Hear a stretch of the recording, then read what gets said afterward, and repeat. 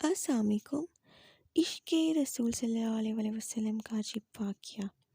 शेखुल इस्लाम हज़रत ज़फ़र उस्मानी रहमतुल्लाह अलैह फरमाते हैं कि मैं इस ज़माने में हज के बाद मदीना मुनव्वरा गया। हम लोगों ने खाना खाने के बाद दस्तरख़्वान को लेकर एक ढेर पर झाड़ दिया ताकि रोटी के बचे टुकड़ों और हड्डियों को जानवर खा जाएं। थोड़ी देर के बाद जब मैं अपने कमरे से बाहर निकला तो ये देखकर हैरान रह गया कि एक खूबसूरत 9 साल का बच्चा उन टुकड़ों को चुन चुन कर खा रहा है।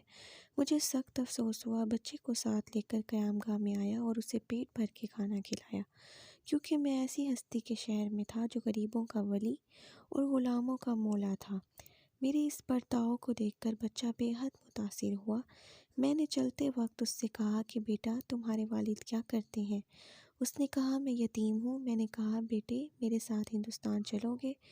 वहाँ मैं तुमको अच्छे अच्छे खाने खिलाऊँगा, उम्दा उम्दा कपड़े पहनाऊँगा, अपने मदरसे में तालीम दूँगा। जब तुम आलिम फाजिल हो जाओगे तो मैं ख़ुद तुमको यहाँ लेकर आऊँगा और तुम्हें तुम्हारी वालदा के सुपुर्द करूँगा। तुम जाओ, अपनी वालदा से इजाज़त लेकर आओ। लड़का बहुत खुश हुआ और उछलता कूदता अपनी वालदा के पास वापस गया। वो बेचारी बेवा दूसरे बच्चों के अखराजात से पहले ही परेशान थी। उसने फ़ौरन इजाज़त दे दी। बच्चा फ़ौरन आया और मौलाना को बताया कि मैं आपके साथ जाऊंगा, मेरी माँ ने इजाज़त दे दी है। फिर पूछने लगा कि आपके शहर में चने मिलते हैं? मौलाना उस्मानी ने बताया, ये सारी चीज़ें वाफिर मिकदार में तुम्हें मिलेंगी।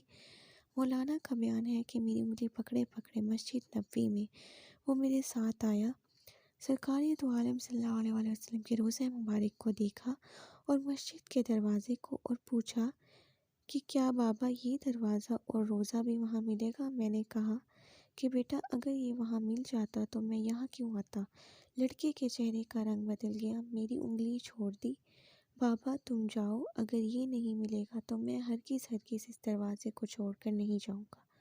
भूखा रहूँगा, प्यासा रहूँगा। इस दरवाज़े को देखकर मैं अपनी भूख और प्यास बुझाता रहूँगा, जिस तरह आज तक बुझाता रहा हूँ। ये कहकर बच्चा रोने लगा और उसके इश्क को देखकर मैं भी रोने लगा।